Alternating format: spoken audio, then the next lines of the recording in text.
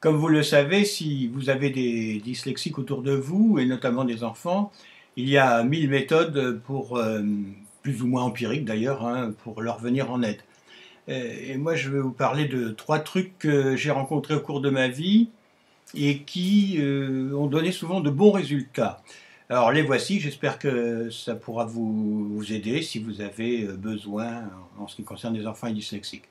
Alors, la première chose, c'est le premier truc, c'est absolument se débrouiller pour leur donner envie de lire. Alors vous allez me dire, pour les dyslexiques, c'est vraiment pas très attractif.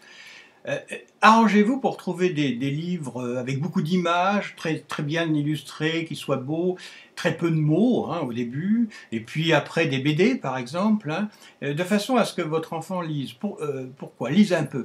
Pourquoi? Parce que les spécialistes sont unanimes, lorsque l'on lit, vous savez qu'on annonce, hein, alors les enfants d'autant plus, hein, syllabe par syllabe, mot par mot, surtout si on est dyslexique, mais même les adultes, on continue à annoncer dans notre tête inconsciemment lorsqu'on est en train de lire. Et alors donc le fait d'annoncer, c'est parler dans sa tête et en même temps, et bien donc ça dynamise et amplifie, élargit comment dire, la sphère du langage, si vous voulez, dans le cerveau. Hein. Ça c'est reconnu, ça a été expérimenté.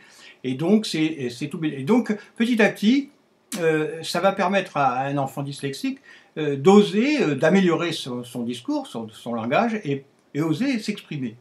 Ça, c'est le premier truc dont je voulais vous parler.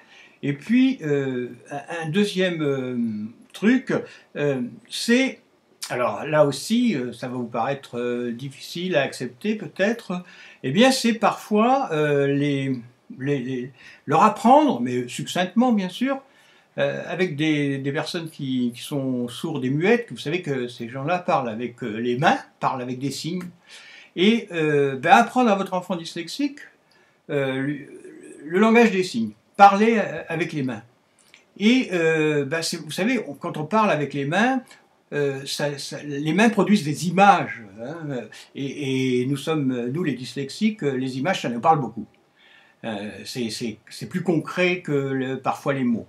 C'est un peu comme les sons, on est très sensible aux sons. Et donc, les faire confronter, vos enfants, au langage des signes, alors il faut le pratiquer comme un amusement, hein, non pas comme un apprentissage, et pourquoi pas, après, finir par vraiment maîtriser ce langage, ce qui permettrait une communication avec une autre forme d'handicap. Mais au moins, les prémices de ça, vous voyez, les emmener vers cette expérience, et vous verrez que très souvent, là aussi, ça va encore leur donner confiance en eux, confiance en leurs capacités, et développer leur écriture et la verbalisation aussi. Et enfin, le troisième truc, alors celui-là, il est connu parce qu'on l'emploie même pour d'autres enfants, mais pour les enfants dyslexiques, vous savez qu'apprendre une langue étrangère, c'est très très difficile. Personnellement, vous voyez, moi, j'ai jamais pu apprendre l'anglais parce que j'ai eu des cours un petit peu, et puis bon, je pouvais pas suivre, je pouvais pas m'adapter au groupe, et donc maintenant j'ai des bribes de mots, mais c'est un charabia.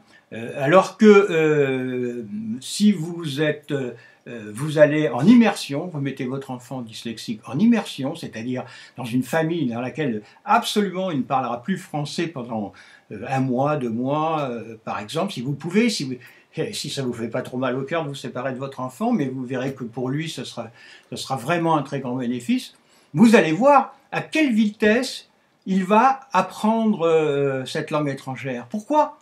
Parce que plus que les autres encore, puis il est habitué à fonctionner comme ça, il va trouver des solutions pour demander quelque chose, trouver son chemin, acheter, manger, vous voyez. Bien sûr, nous faisons tout ça, mais le dyslexique, là, il ne peut pas faire autrement, vous voyez. Et vous allez voir comme il y aura vraiment l'acquisition d'une langue étrangère avec une facilité déconcertante. Hein. Voilà, les 3 trucs dont je voulais vous faire part, ça marche vraiment souvent bien.